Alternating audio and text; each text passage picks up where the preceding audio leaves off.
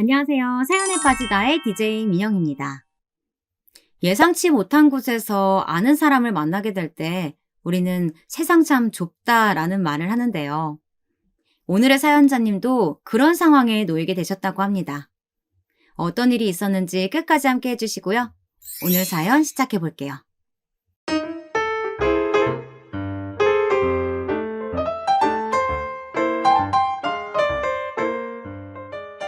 안녕하세요. 저는 한정식 체인점의 지점장으로 있는 이혼한 지 2년이 지난 30대 초반의 돌싱입니다. 다들 제 나이를 듣고 나면 무슨 결혼을 그렇게 일찍 했느냐고 놀라고 결혼 기간이 짧았다는 것에 2번 놀랍니다. 누군가에게는 짧은 시간이었겠지만 제게 있어서는 1분이 1년 같을 정도로 길었던 순간이었답니다. 할 수만 있다면 그 기간을 제 인생에서 통째로 드러내고 싶을 만큼 최악의 시간이었어요. 지인의 소개로 동수를 처음 만났을 때 사실 그 남자와 결혼까지 갈 수 있을 것이라고는 전혀 생각하지 못했었어요. 나이도 저보다 어렸고 무엇보다도 제 스타일이 전혀 아니었거든요. 저는 좀 듬직한 사람이 좋았어요. 제가 믿고 기댈 수 있는 사람. 그래서 연상을 선호하는 편이었죠. 동갑도 어리다는 생각이 들어서 만난 적도 없을 정도였어요. 그런 제게 다짜고짜 저를 소개시켜달라는 남자가 있다고 하면서 만나보라고 하더라고요. 그 자리에 나가서야 연하라는 사실을 알았답니다. 나이를 듣고 나서라 그런지 몰라도 첫인상은 남자라기보다는 남동생 같은 느낌이 들더라고요. 그래서 연애는 무리라고 처음부터 선을 그었어요. 전혀 남자로 느껴지지 않는다고 말이죠. 그런데 동수가 생각보다 되게 끈질기게 어필을 하더라고요. 나이로 사람을 다루지 말고 자기라는 사람을 봐달라고 하면서 말이죠. 그렇게 1번, 2번 더 만나기 시작하면서 제 관점이 조금씩 바뀌기 시작했어요. 어리다고만 생각했는데 의외로 의지가 되는 순간도 덜어 있었죠. 제가 애교가 전혀 없는데 저와는 반대로 가끔씩 보여주는 애교스러운 모습도 좋았어요.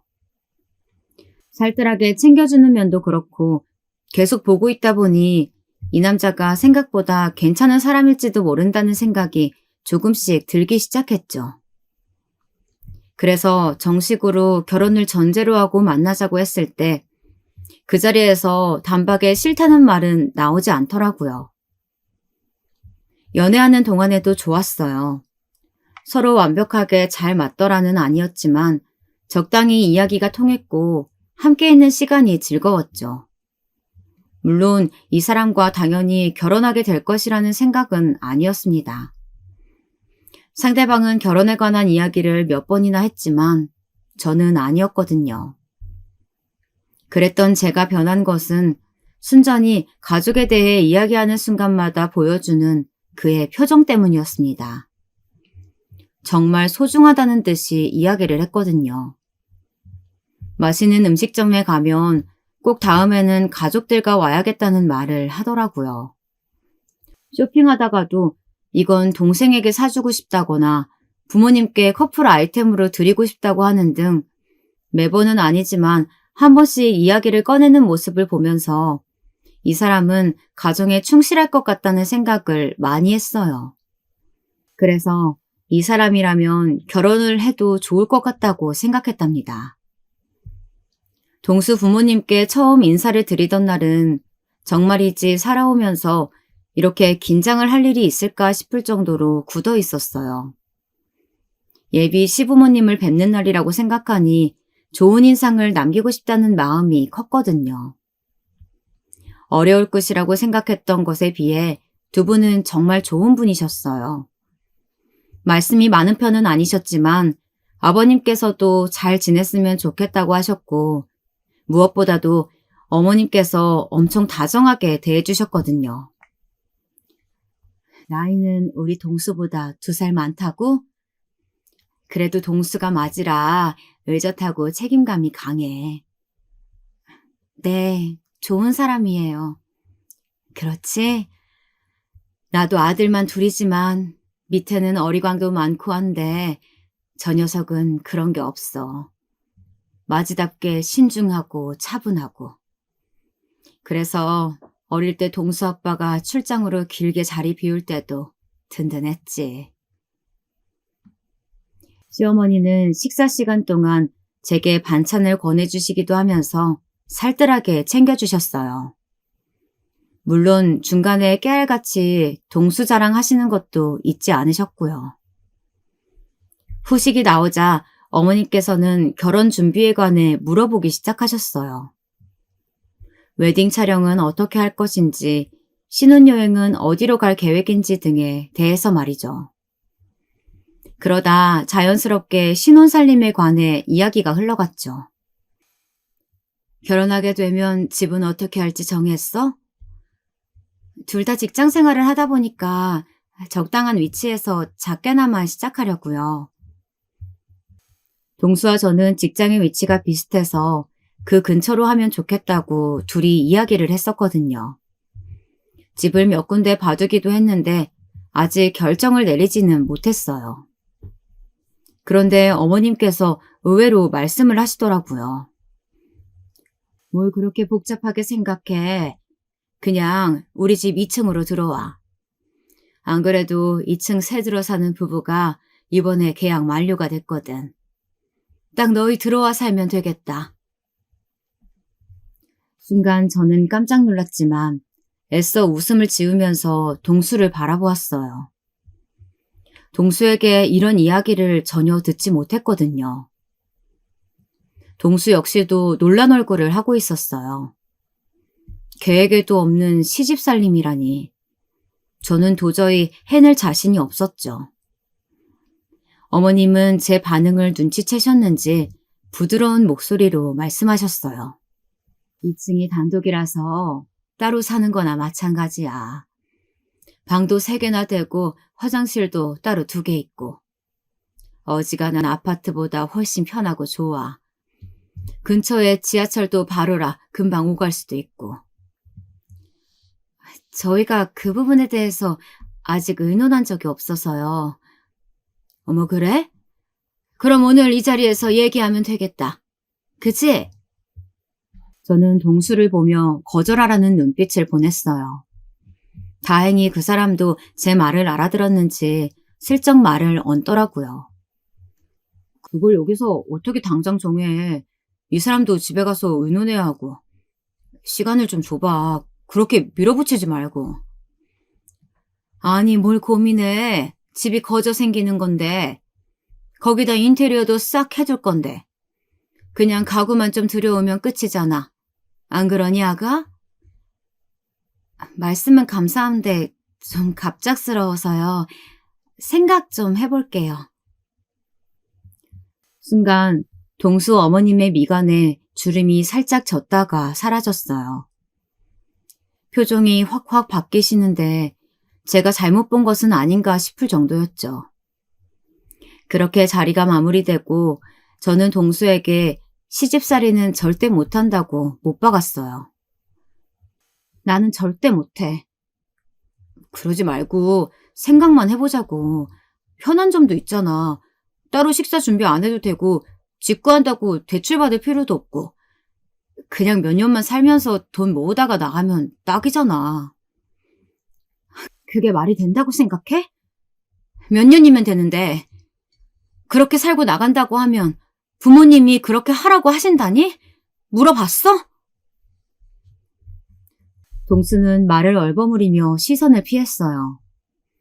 저는 그것 보라며 확실하지도 않은데 나는 절대 들어갈 수 없다 했죠.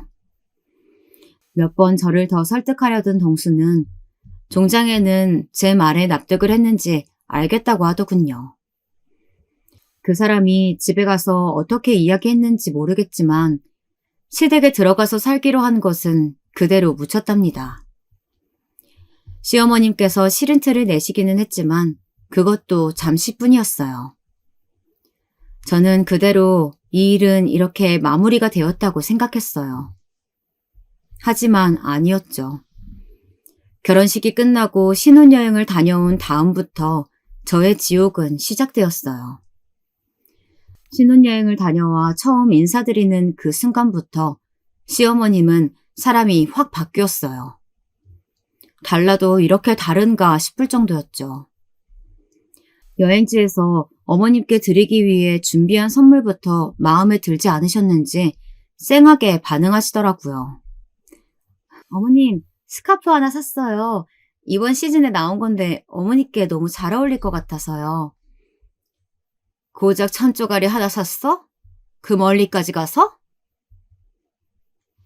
저는 귀를 의심할 수밖에 없었죠. 어떻게 저런 말을 할 수 있을까 싶어 놀라서 제때 반응을 하지 못할 정도였습니다.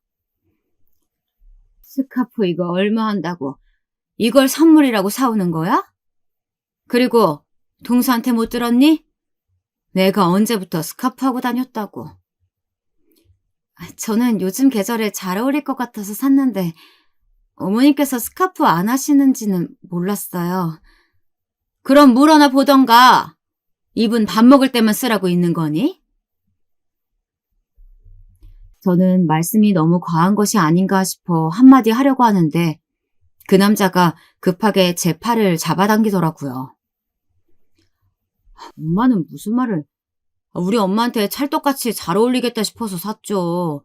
당연히 우리 엄마야 뭐든 잘 어울리지만. 내가 한 소리 했다고 곳에 와이프 편을 들어? 편은 무슨... 여기 편이 어딨어. 그냥 그렇다는 거죠. 동수는 사람 좋은 웃음을 지으며 어머님께 배고프단 말로 상황을 무마시켰어요. 저는 기분이 상했지만 그래도 중간에서 그 사람이 애쓴다는 생각에 빨리 이곳을 벗어나고 싶다는 생각뿐이었죠. 식사 시간이 끝나고 주방 정리를 하고 있는데 어머님께서 들어오셨어요. 새아가, 너 음식 할 줄 아는 거 있니? 자취생활이 길어서요. 기본적인 건 다 해요, 어머님. 누가 기본을 물었니? 동수 힘들게 나가서 일하는데 아침은 제대로 챙겨 먹여보내야 될 거 아니야. 안 그래도 그 부분은 동수랑 이야기했어요. 저도 출근 준비가 있고 해서 아침은 가볍게 먹자고요. 뭐? 가볍게? 설마 시리얼이나 뭔가 그런 부스러기 먹여 출근시킬 건 아니지? 시어머님은 눈에 쌍심지를 켜시고는 언성을 높이셨어요. 사실 자취하면서 아침을 시리얼로 먹는 경우가 많았는데 의외로 괜찮더라고요. 시리얼도 있고 누룽지도 있고요. 뭐? 누룽지? 고작 그렇게 먹여가지고 출근시키려고 여기 안 들어온다고 한 게냐? 저는 그제야 왜 시어머님이 저를 못 잡아먹어서 안달이 나셨는지 알겠더라고요. 들어와서 살라고 한 것을 거절한 것이 마음에 남으셨던 거였죠. 동수 말로는 이해해 주셨다고 하던데 아니었던 거예요. 적어도 그 남자 앞에서는 괜찮은 척을 하셨던 거죠. 어머님, 아침 너무 거하게 먹으면 오히려 부담스러울 수 있어요. 가볍게 먹고 출근하려고요. 동수는 내가 지금까지 하루도 빠짐없이 아침에 국이랑 밥해서 먹였어. 건강식은 무슨... 요즘 간편 건강식 잘 나오기도 하고요. 저도 아침에 줄곧 그렇게 챙겨 먹고 출근했어요. 저희가 알아서 잘 먹고 다닐게요. 너무 걱정하지 마세요. 저는 침착하게 말씀을 드렸습니다. 이런 경우 괜히 같이 언성을 높이면 버릇이 있니 없니 하시면서 저만 잘못한 사람 만드는 어른들 꽤 많거든요. 어릴 때부터 부모님 가게에서 아르바이트를 하면서 배운 나름의 노하우 같은 것이었죠. 물론 꼬투리를 잡겠다고 벼르는 사람들한테는 잘 안 통하기는 하지만요. 아주 어른이 말씀하시는데 따박따박 잘하는 짓이다. 시어머님께서는 별다르게 하실 말씀이 없으신지 말대꾸한다고 저를 노려보셨습니다. 이번만큼은 입을 꾹 다물고 넘어가야겠다고 싶어서 묵묵히 설거지를 하고 있는데 주방을 나가시면서 한마디 또 던지시더라고요. 그리고 나이 어려도 남편은 남편이야. 어디서 이름을 틱틱 불러. 혼자 남은 저는 앞으로의 일이 순탄하지만은 않겠구나 싶었죠. 솔직히 그때는 매일 볼 얼굴도 아닌데 잠깐 버티다 보면 금방 괜찮아지겠거니 싶었어요. 저렇게 꼬투리 잡으시는 것도 하루 이틀이지 언제까지 계속되지는 않겠거니 했거든요. 안일하게는 말이에요. 시댁에서 돌아온 이후 저희 부부는 신혼여행으로 자리를 비운 사이에 쌓인 일들을 처리하느라 정신이 없었습니다. 당연히 제 머릿속에는 시어머님과의 트러블은 잊혀져 가고 있었죠. 그러던 어느 날 시어머님께 전화가 왔어요. 너는 시어머니가 전화를 안 하면 도통 연락할 생각을 안 하니? 죄송해요, 어머님. 자리를 좀 비웠더니 일이 밀려서 정신이 없었어요. 무슨 일 있으세요? 무슨 일 있어야 연락해? 어떻게 된 애가 일주일 동안 전화는 고사하고 찾아오는 법도 없어? 집에 무슨 행사라도 있어요, 어머님? 제사라던가. 결혼 이전에 시댁에는 제사가 따로 없다는 이야기를 들은 적이 있다 보니 갑자기 찾으시는 것이 이해가 되지 않았어요. 왜? 행사 있으면 얼굴 비추고 아니면 입 싹 닫고 모른 척하고 살라고 그랬니? 어머님, 그런 의미 아닌 거 아시면서 왜 그렇게 말씀하세요? 저는 급하게 찾으시는 것 같아서요. 일 없다. 이번 주 주말에 아침에 일찍 건너오거라. 같이 예배 갔다가 집에서 식사나 하게. 저는 깜짝 놀라 무슨 예배를 말씀하시는 거냐고 물었어요. 어머니께서는 주일 예배도 모르냐고 핀잔이셨죠. 저는 어이가 없었어요. 제가 설마 예배가 뭔지 몰라서 물었겠어요? 시댁에 시아버님을 제외한 나머지 가족들은 기독교를 믿고 있다고 하기는 했지만 제가 그 자리에 꼭 동참해야 한다고는 전혀 생각하지 못했거든요. 저는 무교지만 불교에 가까운 무교라고나 할까요? 교회하고는 전혀 인연이 없었고 앞으로도 딱히 교회를 다니고 싶은 마음은 없었거든요. 어머님, 저는 딱히 종교를 믿고 싶은 생각이 없어서요. 제가 어머님 마치시는 시간에 맞춰서 갈게요. 그러니까 같이 가자고 하잖아. 예배 참석해서 좋은 말씀 듣고 나면 생각이 바뀔 테니까. 괜찮아요, 어머님. 그날 점심때 맞춰서 제가 모시러 갈게요. 시어머님께서는 거듭해서 제게 예배를 함께 가자고 강요하셨어요. 하지만 저는 정말 가고 싶지 않았거든요. 도저히 빈말이라도 알겠다는 소리를 못하겠더라고요. 됐다. 무슨 애가 어른이 말씀하시는데 고분고분 넘어가는 게 없이 이렇게 자꾸 대꾸를 하는지 꼴도 보기 싫다. 시어머님께서는 뜻대로 되지 않는 상황에 화가 나신 건지 연락하지 말라는 말과 함께 전화를 확 끊어버리셨죠. 머리가 지끈거리면서 아파왔어요. 이런 상황을 겪는다는 것은 제 예상 범위를 넘어서고 있었거든요. 저는 동수에게 전화해 자초지종을 이야기했어요. 에이, 한 번 정도인데 뭘 그렇게 안 간다고 고집이야. 그냥 한번 다녀오고 아무래도 나랑 안 맞는 것 같다. 그렇게 말하면 그만이지. 한 번 다녀오고? 진짜 한 번으로 끝날 것 같아? 그렇게 꽉 막히신 분은 아니거든, 우리 엄마. 철석같이 시어머님을 믿고 있는 동수의 말에 저는 기가 찼습니다. 동수는 어떻게든 시어머님 마음을 돌려보라고 하고는 일이 바쁘다고 전화를 끊어버렸죠. 갑갑한 상황에 괜히 목이 타들어가는 느낌이었어요. 주말이 될 때까지 시어머님께서는 단단히 화가 나신 것인지 정말 전화를 받지 않으셨어요. 어떻게 해야 하나 고민을 하다가 주말에 점심시간에 맞춰 시어머님을 모시러 갔죠. 저를 보신 시어머님께서는 애써 웃으시면서 여기는 어떻게 왔냐고 하시더라고요. 아무래도 주변에 지인분이 많이 계시다 보니 제게 화를 못 내고 참으시는 눈치셨죠. 오늘 어머님과 교회 지인분들 식사 대접하고 싶어서요. 혹시 시간들 괜찮으세요? 어머, 세상에 이런 며느리가 어디 있어? 뭐 시어머님 일정 맞춰서는. 그러게, 우리까지 얻어먹어도 되는 거야? 물론이죠. 근처에 깔끔한 중화요리 전문점 있더라고요. 저는 줄곧 웃으면서 친구분과 시어머님을 모시고 식사를 했어요. 집까지 모셔다 드리고 시댁으로 가는데 시어머님께서 먼저 말을 꺼내셨죠. 너 아주 머리 쓴다. 내가 연락하지 말랬다고 이렇게 나와? 제가 무슨요.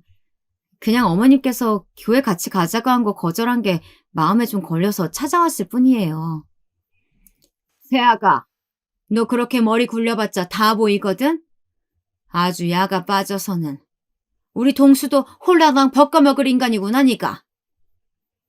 어머님, 저는 좋은 마음으로 왔는데 왜 그렇게 말씀하세요? 내가 틀린 말 했어? 저는 시어머님의 기분을 풀어드리기 위해 왔는데 오히려 확 마음이 상했죠. 시댁에 도착한 저는 바로 돌아가고 싶었지만 시어머님께서는 할 말이 있으니 들어오라고 하시더군요. 저는 굳은 얼굴로 들어갔어요.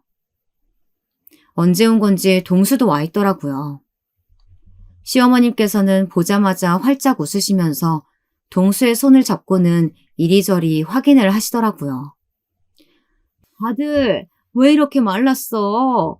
아우, 일주일 사이에 이렇게 살이 다 빠졌네. 어머, 새아가가 밥 굶기니? 엄마, 무슨 말씀이세요? 굶기기는 완전 잘 먹고 있는데.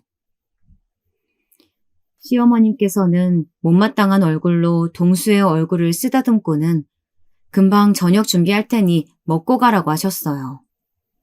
저는 급하게 가야 한다고 말하려고 했지만 눈치 없는 그 남자는 오랜만에 엄마가 해주는 밥 먹는다고 오히려 좋아하더라고요. 저는 그 남자를 노려봐주고는 주방으로 들어갔어요.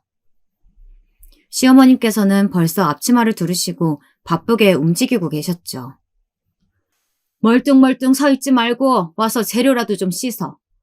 뭐 구경 났다고 보고 있어. 저는 모든 말에 날이 서 있는 시어머님과는 더 이상 말을 섞어봤자 제게 좋을 것이 없다고 생각이 들었어요. 우선은 한 발 물러서서 조용히 있었죠. 주방은 칼이 도마 위를 움직이는 소리와 물소리, 그리고 밥이 익는 소리만 울렸어요. 새아가, 이리 와봐라. 한결 누그러진 시어머니의 부름에 다가갔어요. 잘 봐. 동수가 특히 좋아하는 나물이야. 간 맞추는 거 잘 봤다가 집에서 해먹여. 동수 살 쏙 빠진 것 좀 봐라. 어떻게 둘이 같이 있는데 하나만 저렇게 빠져? 어머님 무슨 그이 체중 늘어서 운동도 시작했는걸요. 체중이 늘기는 뭐가 늘어. 딱 봐도 얼굴이 반쪽이더만. 어머님, 아침을 부스러기만 먹이는데 애가 무슨 힘을 쓰겠어? 아휴. 저는 자꾸 저를 자극하는 시어머님 말투 때문에 뒷목이 뻣뻣할 지경이었어요. 그 뒤로도 시어머님께서는 쉬지 않고 제게 잔소리를 하셨죠. 아니, 고작 여기에다 담을 생각이야? 조림인데 국물을 자글자글하게 같이 떠야지. 이게 뭐니? 야채든 고기든 골고루 접시에 담아야지. 지금 고기만 덜렁. 국을 담으라고 했더니 건더기는 다 어디 가고 없어. 사람을 폭발 직전까지 몰아세우시는데 진짜 수십 번은 뛰쳐나가고 싶더라고요. 이건 그냥 꼬투리 잡아서 괴롭히는 것 말고는 생각할 수가 없었죠. 시어머님이 그렇게 구박을 하시는데 뭐라고 할 말이 없더라고요. 그릇을 왜 이런 걸 쓰냐고 하셨을 때도 그냥 이게 예뻐서 그렇다고 대답하면 센스가 왜 그 모양이냐고 하실 것 같았죠. 국을 담을 때 건더기는 어디 갔냐고 하실 때도 그냥 적당히 담았다고 응수하면 또 말대꾸냐고 몰아세우실 것만 같았어요. 그렇다고 가만히 듣고만 있자니 갑갑해서 억장이 무너질 것 같았죠. 아휴, 도대체 넌 제대로 하는 게 뭐니? 일했으면서 꾸역꾸역 분간은 하겠다고 우겨서는 우리 동수만 고생이네. 아휴, 속상해. 그리고 이 모든 것이 그놈의 분가 문제 때문이라는 것에 나중에는 소름이 돋았어요. 머릿속은 엉망이 되고 속은 답답해서 식사 시간 동안 음식을 어떻게 먹었는지 모를 정도였죠. 집으로 오는 길에 동수는 혹시 체했냐고 아무것도 모른다는 얼굴로 물어보는데 괜히 짜증이 치밀어 올랐죠. 어머님이 분가 문제로 계속 화나셨다는 거 알고 있었어? 에? 설마 분명 괜찮다고 하셨는데? 괜찮기는 무슨, 괜찮다고 하시는 분이 하나부터 열까지 다 잔소리를 하셔? 나더러 할 줄 아는 것도 없으면서 무슨 분가냐고도 하시던데. 설마 우리 엄마가? 너가 해주는 밥은 다 맛있다고 되게 칭찬도 했는데 갑자기 무슨 소리시래? 동수 역시도 의아한 표정을 지으며 고개를 갸우뚱거렸죠. 저는 속으로 정말 도움 안 되는 신랑이구나 싶은 생각이 들었어요. 그날 집으로 돌아온 저는 녹초가 되어 바로 뻗어버렸답니다. 하지만 더 놀라운 것은 시집살이가 그게 시작이라는 점이었어요. 주말마다 집으로 불러서 하루 종일 따라다니시면서 제가 손대는 것 하나하나에 잔소리를 하시더라고요. 어느 날은 집에 커튼이랑 커버를 다 교체해야 하는데 손이 필요하다고 하시면서 부르셨죠. 살림을 할 때는 이런 것들도 계절에 맞춰서 바꿔주고 하는 것이 중요하다고 하시면서 방마다 침대 커버에 커튼까지 한가득 빨랫거리를 마당으로 가지고 나오셨죠. 그러시더니 제게 밟으라고 하시더라고요. 어머님, 요즘은 드라이클리닝 맡기면 깨끗하게 잘해줘요. 날씨 영향도 안 받고요. 나는 매번 다 하나씩 해서 널었다. 햇볕 좋은 날 두면 딱인데 뭐하러 그런 곳에 돈을 쓰니? 이걸 분기 때마다 어머님이 혼자 다 하셨단 말씀이세요? 발목 나가세요. 혼자서도 며칠을 걸려가면서 다 했다. 너도 있는데 뭐하러? 저는 몇 번이나 어머님께 업체에 맡기자고 말씀드렸지만 전혀 듣지 않으셨어요. 그날 저녁에 잠을 자려고 누웠는데 발목이고 종아리고 안 아픈 곳이 없더라고요. 자다가 쥐가 나는 바람에 몇 번이나 깨야 했죠. 결국에는 연차까지 쓰고는 병원 치료를 받으러 갔답니다. 이런 일이 계속 반복되자 저는 시댁에 가는 것이 두렵기 시작했어요. 가서 스트레스만 받다가 올 텐데 꼭 가야겠나 싶은 생각도 들었죠. 그래서 직장 일을 핑계로 몇 번 부르셨지만 가지 않았어요. 꿀맛 같은 휴식을 취하고 있었죠. 그랬더니 이제는 시어머님이 집으로 오기 시작하셨어요. 어느 날 집에 들어왔는데 아침에 나갈 때와 전혀 다른 모습이 보이더라고요. 냉장고에 못 보던 반찬들도 보였죠. 그리고 집안 구석구석 정리해둔 것들의 배치가 달라져 있었습니다.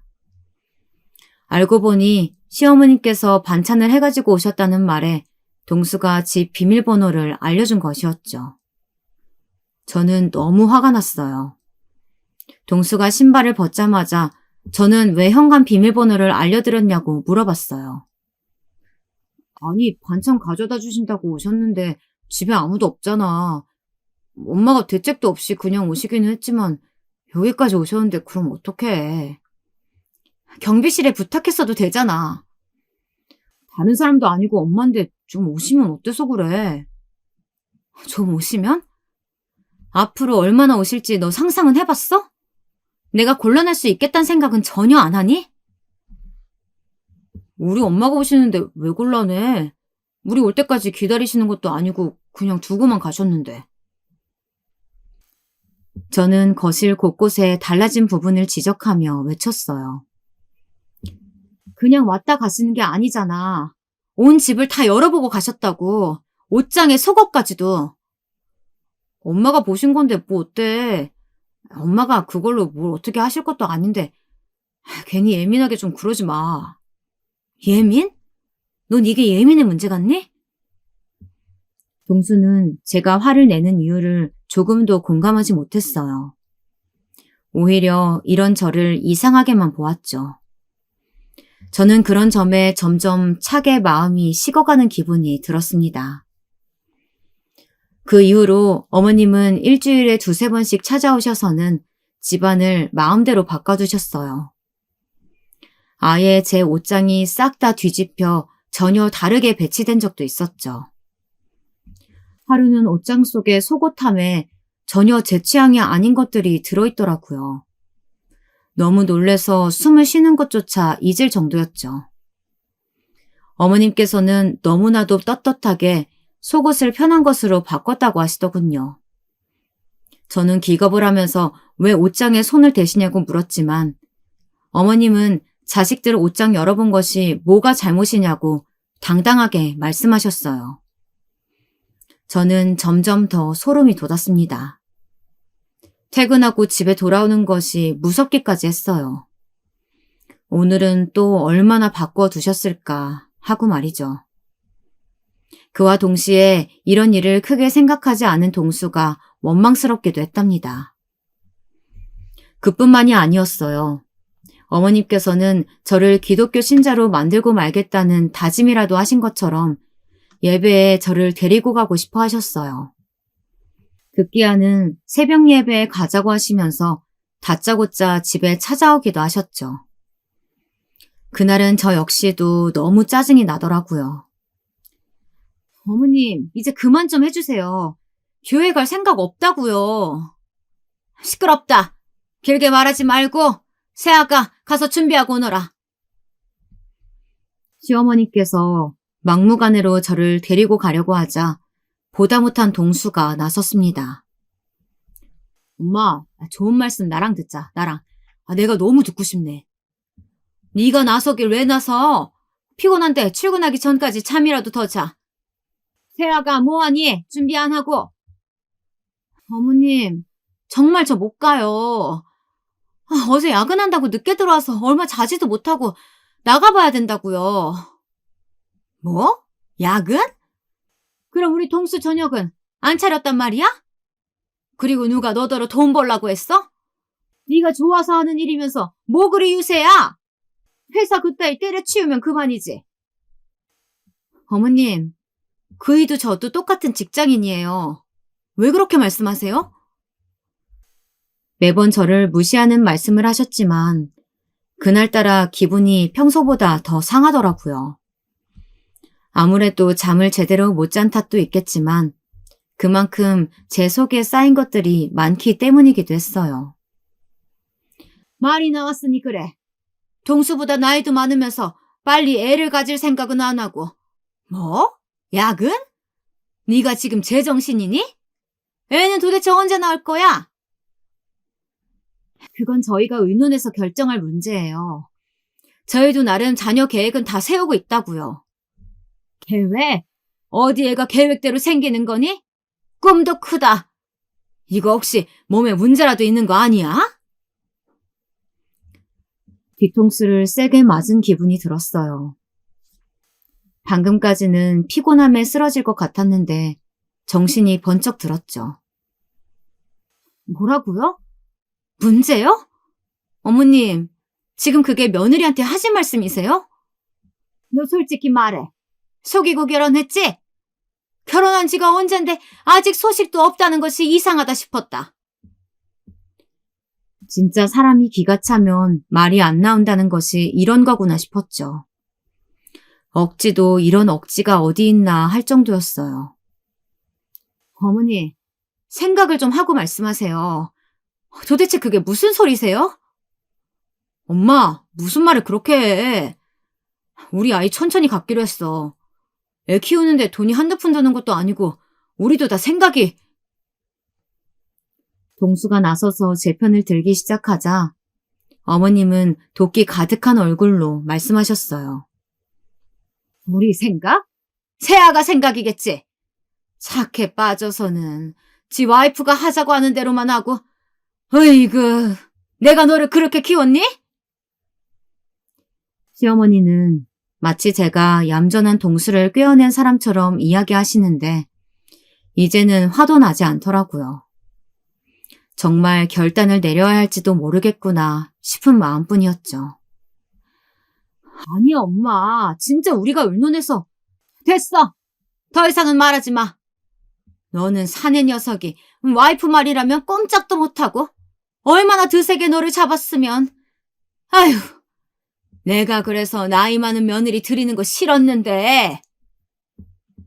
저는 깜짝 놀라 동수와 시어머니를 번갈아 바라보았어요.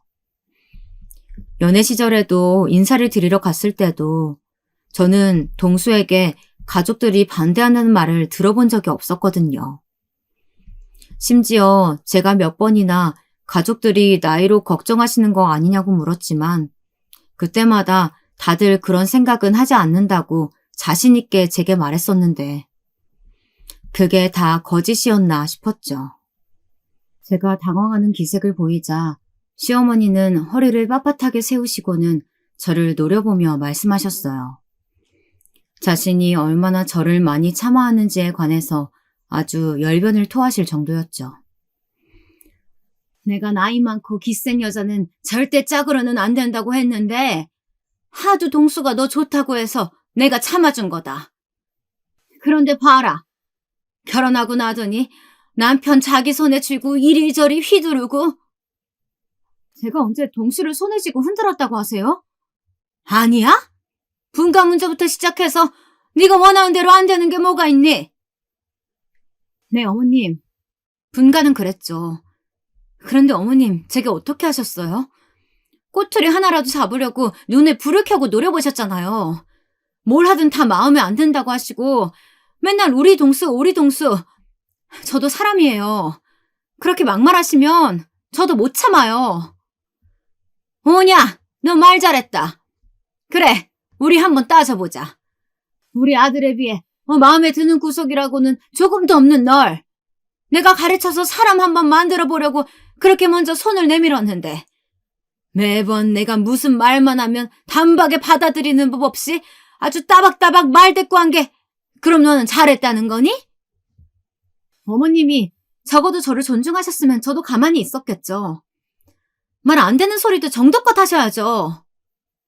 뭐? 말도 안 되는 소리? 동수야, 봐. 얘가 이런다. 시애미 말이 우습니? 그렇게 우스워? 점점 시어머니와 제 감정은 격해지기 시작했어요. 동수는 그만하라고 몇 번이나 제게 눈짓을 주었지만 저는 멈추고 싶지 않았어요. 오늘 끝을 볼 생각까지 했죠. 이래서 가정교육이 제대로 된 곳에서 며느리 들여야 하는 거야. 부모님이 밥 장사한다고 애를 방치하니까 저 모양이지. 저는 저를 넘어서 저희 부모님까지 모욕하시는 시어머님의 말을 더 이상 듣고 싶지 않았어요.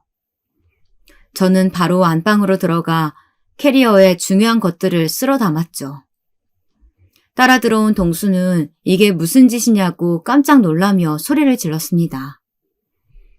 홈웨어에 대충 겉옷을 입고 모자를 쓰고는 거실로 나왔어요.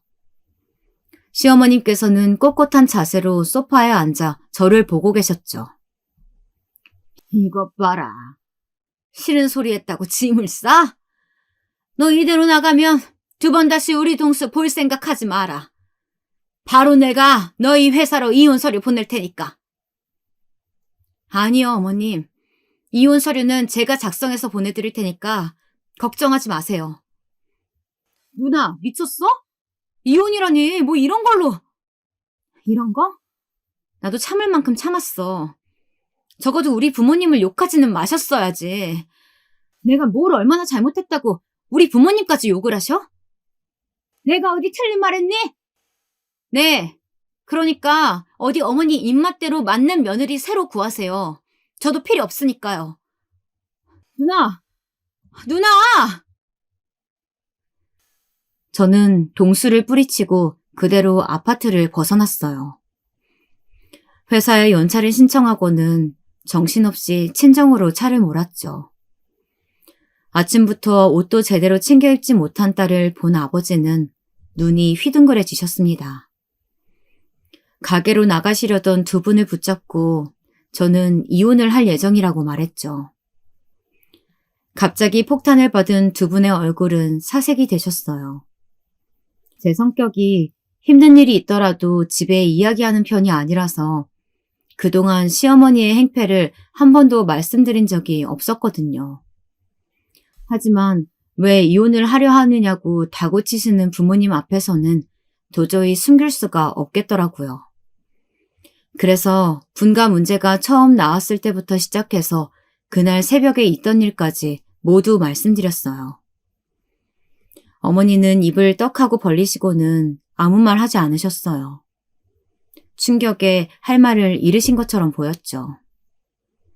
아버지께서는 벌떡 일어나시더니 제게 시댁으로 앞장서라고 하셨어요. 자기네 아들이 소중하면 우리 딸도 귀한 걸 알아야지. 어디서 그런 말을. 아버지, 참으세요.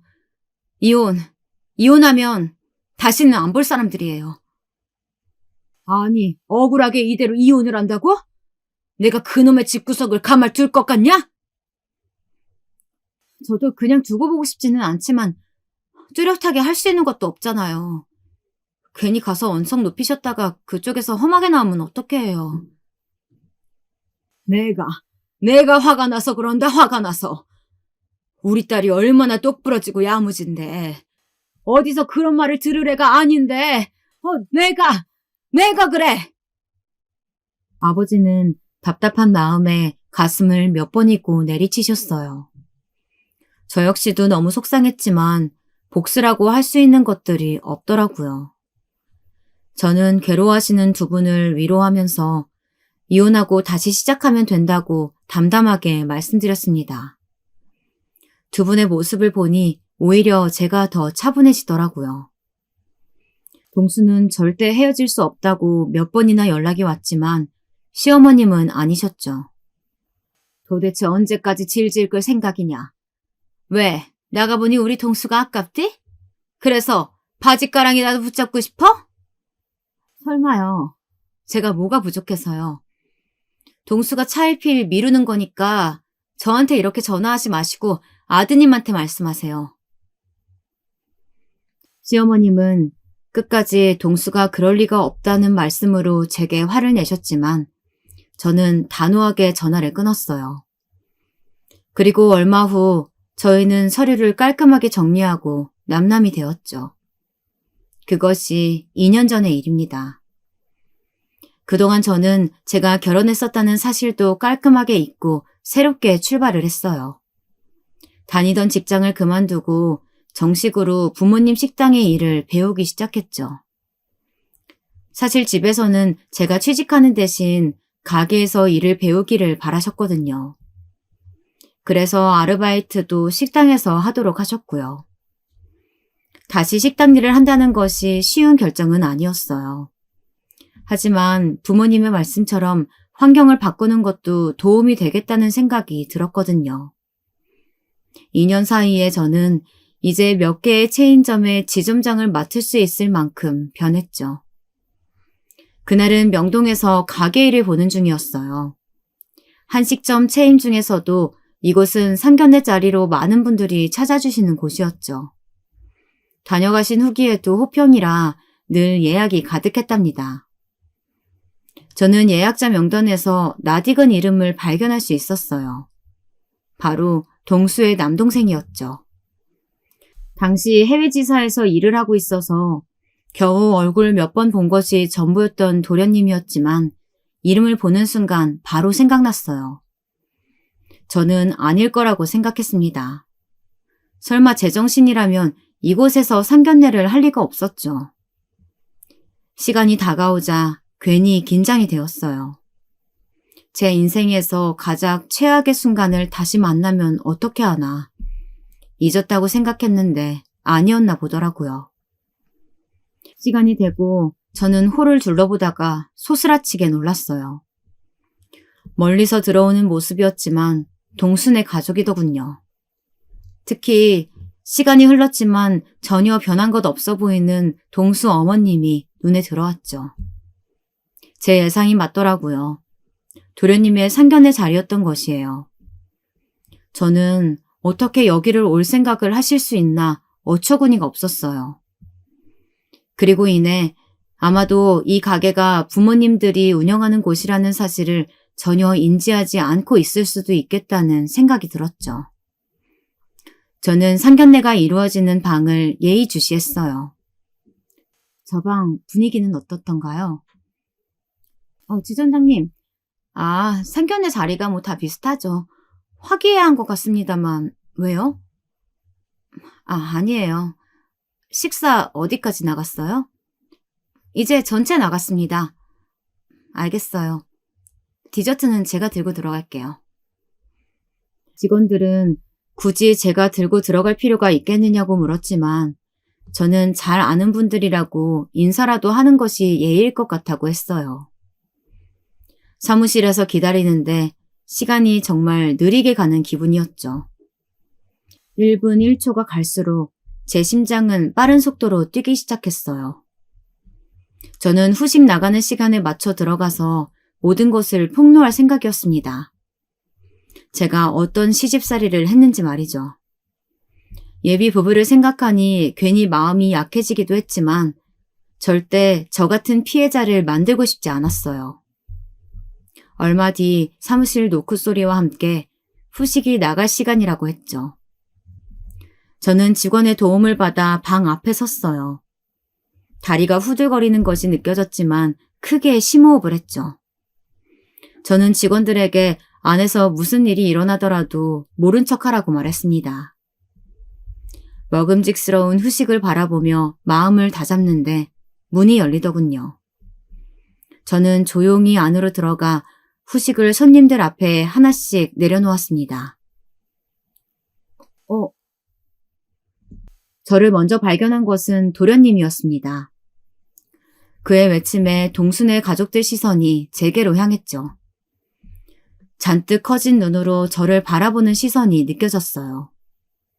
괜히 손에 땀이 나더군요. 저는 활짝 웃으며 말했습니다. 이런 자리에서 뵙다니 세상 정말 좁아요. 그쵸? 네가 어떻게... 시어머니는 저를 보자마자 표정 관리도 못하시고는 손가락질을 하셨죠.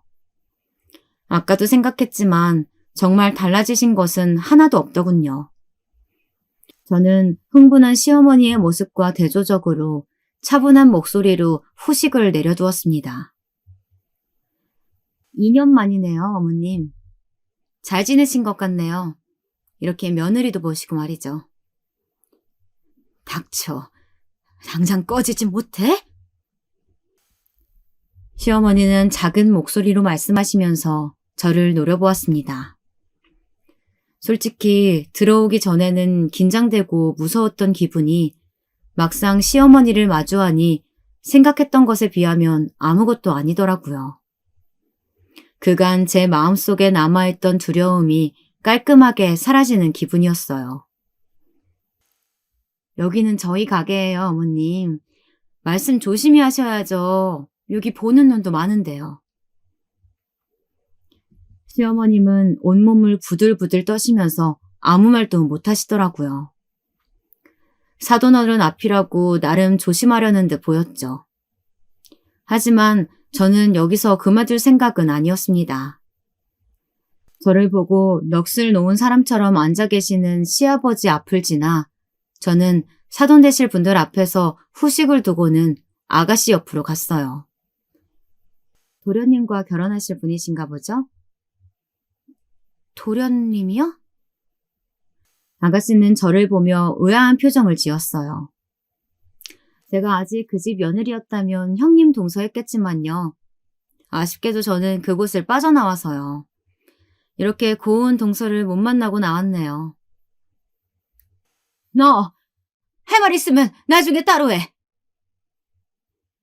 제 말에 아가씨가 당황하자 시어머니가 저를 불렀지만 못 들은 척하고 물었죠. 혹시 시댁 2층에 들어와서 살란 말 하지 않으시던가요? 야! 시어머니는 벌떡 자리에서 일어나며 소리를 지르셨어요. 시아버지께서는 시어머니의 팔을 잡으며 자리에 앉히려고 했죠. 도련님은 제게 다가오더니 제 팔을 꼬악 잡았어요. 형수님, 나가서 저랑 따로 이야기하세요. 저는 그쪽 가족과는 할 말이 전혀 없는데 어쩌죠? 상견례같이 중요한 날 좋은 말을 해줘야 하는데 말이죠. 그러기에는 너무 아가씨가 아까워서요. 아가씨, 혹시 2층으로 들어오라고 하지 않으시던가요? 그걸 어떻게... 그래서 거절하셨고요? 네? 그건... 대답할 필요 없어. 형수님, 나가서요. 제발, 나가서 저랑 이야기해요. 도련님은 필사적으로 아가씨의 말을 막았어요. 그리고는 제 팔을 붙들고 나가자고 계속 말했습니다. 하지만 저는 그런 그의 팔을 뿌리치고는 그녀에게 다가갔어요. 아가씨, 저는 분가를 고집했거든요. 같은 제안을 받고. 아마 지금은 저 시어머니라는 사람이 세상 사랑스럽다는 듯이 아가씨를 바라보면서 끔찍하게 아끼는 척 하시겠지만 결혼하면 완전 달라진답니다. 아가씨가 하는 모든 것에 꼬투리를 잡으시겠죠. 매주 시댁으로 불러서 말이에요. 그러다가 종국에는 아가씨가 꾸밀 신혼집을 자신의 집처럼 왔다 갔다 할 거고요. 너 조용히 못해? 여기가 어디라고 감히 함부로 입을 놀려! 야! 제 이야기가 계속될수록 시어머니의 외침은 거세졌습니다. 도련님은 모든 것을 포기한 사람처럼 제 팔목을 잡고 있던 손에 힘이 하나도 없더군요. 시아버지는 사돈어른의 눈치를 보면서 제게 달려드는 시어머니를 진정시키려 애쓰고 계셨죠. 저는 멈추지 않았어요. 아가씨의 옷장이 마음대로 바뀌어져 있다거나 속옷이 바뀌어져 있는 날도 오게 된답니다. 그리고 시간이 어떻게 되었든 들이닥쳐서는 아가씨를 자신이 다니는 교회에 가자고 하기도 하죠. 아가씨, 이런 모든 거 감당할 자신 있나요? 저의 폭로가 계속되자 사돈어른 자리에 앉아있던 두 분의 얼굴은 시시각각으로 달라졌어요. 그리고 마지막에는 온 얼굴이 붉게 물드시더니 벌떡 일어나셨죠. 제 말을 듣고 있던 아가씨도 마찬가지였고요. 갑시다. 사돈, 설마 이 말 믿으시는 건 아니시겠죠? 제정신이 아니라서 쫓겨나가듯이 나가네요. 어떻게 이 말을 믿고 그냥 가세요? 제가 쫓겨났던가요? 저는 제 발로 그 지옥 같은 곳에서 나온 사람이에요. 정신이 이상하다니 그건 어머님 이야기겠죠. 며느리한테 그렇게 하시는 분이 정상일 리 없잖아요? 너 닥치지 못해? 도대체 우리한테 무슨 억하심정이 있어서 그런 거짓말을 하는 거야? 사돈어른들은 나가다 말고 자리에 멈춰서는 혼란스러운 얼굴을 하고 저를 바라보셨죠. 거짓말이요? 제가 진짜 거짓말을 한다고요? 그럼 어디 하나씩 따져볼까요? 누구 말이 맞는지? 시어머니는 사돈어른의 앞을 막아서며 어떻게든 상황을 반전시켜보려고 하셨지만 소용없었죠. 그분들은 시어머니를 밀어내고 밖으로 나가시더라고요. 그리고 저를 잠시 보던 아가씨가 그대로 따라 나갔죠. 생각을 좀 해봐야겠습니다. 장인어른, 장모님, 자기야! 도련님은 허둥거리며 그들을 따라 나갔습니다. 방에는 한때는 시부모였던 두 분과 저만 남았죠. 살짝 열린 틈새로는 밖에 직원들이 힐끗거리면서 보는 것이 느껴졌어요. 저는 후련한 얼굴로 두 분의 얼굴을 바라보았습니다. 시어머니는 그렇게 소리를 지르셨으면서도 전혀 지쳐 보이는 얼굴이 아니었어요. 이렇게 다시 만나 뵙게 될 줄은 몰랐네요. 다 끝난 인연 아니냐. 이렇게까지. 시아버지께서 길게 한숨을 내쉬며 말씀하셨어요. 글쎄요. 저 같은 피해자를 또 두고 볼 수는 없죠. 그것도 저희 집에서 운영하는 가게에서. 가만히 호흡을 고르는 듯 보였던 시어머니가 대뜸 제 멱살을 잡고는 저를 흔드셨어요.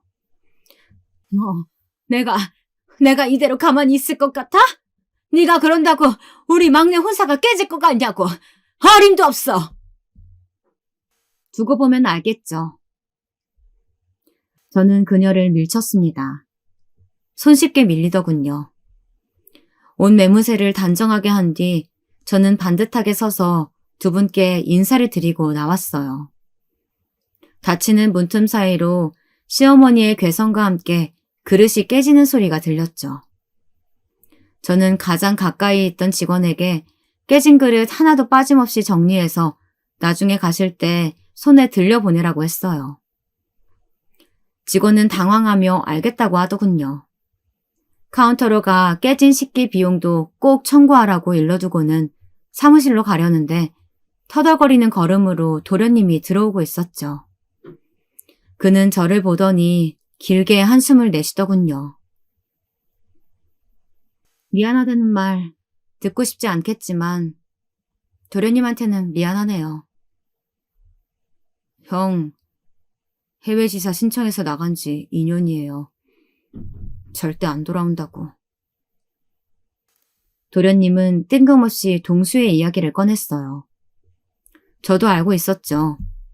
이혼하고 마지막으로 연락 와서는 2번 다시는 한국에 들어오지 않겠다고 했었거든요.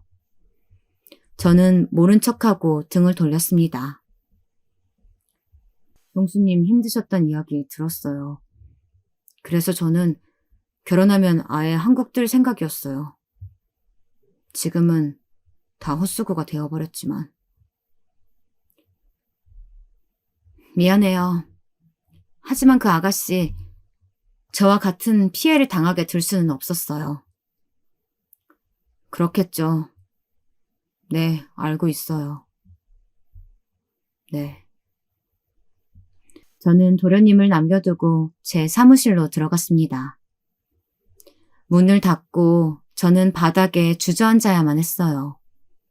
긴장이 풀려서 그런지 몸에 힘이 들어가지 않았죠. 곧 그 사람들이 가게에서 나갔다고 하더니 저희 부모님께서 오셨어요. 직원 중 한 사람이 부모님께 연락을 취했던 모양이더라고요. 어머니는 오시자마자 그 사람들 어디 갔냐고 찾으셨어요. 특히 어머니는 금방이라도 달려가서 머리채를 잡을 기세였죠. 여기가 어디라고 와서 상견례를 할 생각을 하느냐고 말이죠. 저는 제가 방금 한 일에 대해서 자세하게 말씀드렸어요. 두 분은 잘했다고 제 등을 토닥여주기만 했죠. 나름의 복수를 하고 나서 그런지 속 시원하면서도 한동안은 시집살이 하던 악몽을 꾸기도 했어요. 일주일 정도의 시간이 흘렀나. 그 자리에 있었던 아가씨가 저를 따로 찾아왔더라고요. 그날은 정말 미안했어요. 많이 놀랐죠? 놀라지 않았다면 거짓말이겠죠. 갑자기 들어오셔서 폭탄을 던지셨으니까요. 정말 미안해요, 그 부분은. 부모님께도 제가 많이 죄송하다고 전해주세요. 아니에요. 그날 그렇게 말씀해 주셔서 부모님은 다행이라고 하세요. 결혼 이야기 더 나오기 전에 정리할 수 있다고 하시면서요. 아가씨는 한참을 망설이더니 제가 그날 한 이야기가 정말 사실이냐고 물었어요. 저는 그날 다 하지 못했던 이야기까지 숨김없이 다 했죠. 아가씨는 들었던 이야기임에도 놀랍다는 표정을 숨기지 못했습니다. 그리고는 마지막에는 안타깝다는 표정을 지으며 저를 바라보았어요. 그런 일을 어떻게 참으셨어요? 못 참았으니 이혼했죠. 하지만 처음에는 참으셨잖아요. 결혼 생활을 어떻게 그만큼이나 하셨나 싶어서요. 지나갈 줄 알았거든요. 바보같이. 저는 씁쓸하게 웃으며 말했어요. 그리고는 도련님이 세우셨던 계획을 조심스럽게 전달했어요. 제가 할 말은 아니지만 그래도 꼭 알려주고 싶더라고요. 물론 이야기를 듣고 어떤 결정을 내릴 것인지는 온전히 그 아가씨의 몫이겠지만 그렇게 해서라도 제 마음에 남아있던 도련님에 대한 죄책감을 조금은 덜고 싶었거든요. 저는 절대 사장님처럼 못 살 것 같아요. 아무리 그 사람이 좋아도 말이에요. 덕분에 바른 결정할 수 있게 되었습니다. 감사합니다. 아가씨는 솔직하게 다 이야기해주어 고맙다는 말을 남기고는 그렇게 나갔어요. 나중에 알게 되었지만 제 폭로로 도련님의 혼사는 당연히 없던 일이 되었다고 해요. 그리고 이 일로 도련님 역시 동수처럼 부모님과 인연을 끊고 해외로 갔다고 하더라고요. 그렇게 아끼고 자랑하던 아들 둘을 한꺼번에 잃은 시어머니에게 닥친 일은 그것만이 아니었어요. 시아버지께서 황혼 이혼장만 남겨두고 시골로 내려갔다고 하고요. 결국 시어머니 혼자만 덩그러니 그 집에 남은 것이죠. 저는 이 모든 것이 다 업보가 아니겠나 싶었어요. 상대방을 존중하지 않고 자기 마음대로 휘두르고 싶어 했던 사람의 말로가 아닐까 싶었죠. 안타깝다거나 안 됐다는 생각은 전혀 들지 않았어요. 그냥 두 번 다시 우연으로라도 만나지 않았으면 좋겠다는 생각이 들었죠. 저는 결혼에 대한 생각은 접었습니다. 부모님께서는 인연을 언젠가는 만날 수 있다고 하셨지만 저는 그런 생각이 전혀 없거든요. 그냥 하루하루를 최대한 충실하게 살려고 노력하고 있답니다.